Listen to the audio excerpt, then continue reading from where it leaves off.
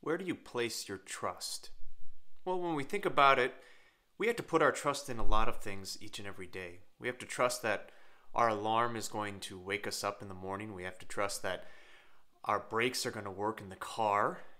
Just a week ago, I was on a plane, so I had to trust that the pilot wasn't going to crash the plane, something I had no control over. I had to put my trust that I was going to get to my destination safely.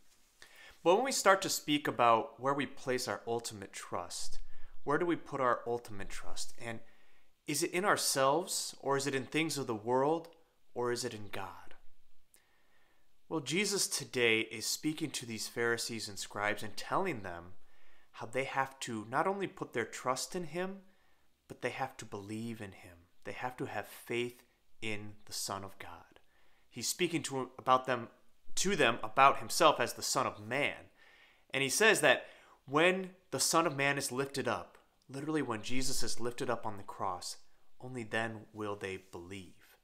Only then will they have faith in him. And it's just like in our first reading where the Israelites, to be cured of their snake bites that were the snakes that were sent among them, they have to look at this bronze serpent and believe.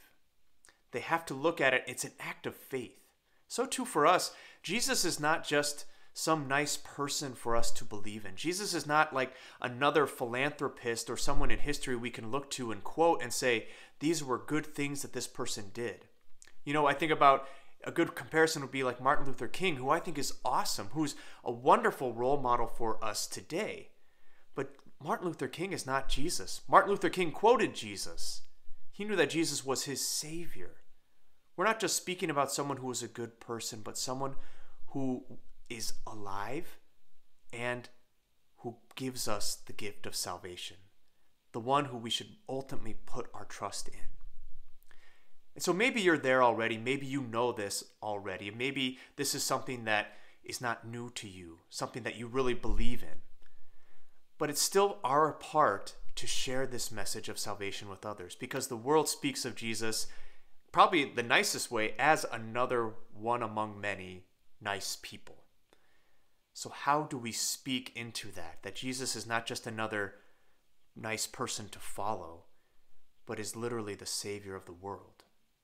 Well, I think that we can look to the saints as our examples for how to do that and how they evangelize. Today we celebrate the feast of St. Vincent Ferrer, who was an amazing evangelist. And what he would do is actually he would go town to town, city to city, and before entering the city, he would get down on his knees and pray to God for the compassionate heart of the Father for these people, that he might truly speak with love to their hearts, not to overburden them with making them feel guilty or shameful for their sinfulness, but rather to have a heart for them so that the Father could speak and act through him.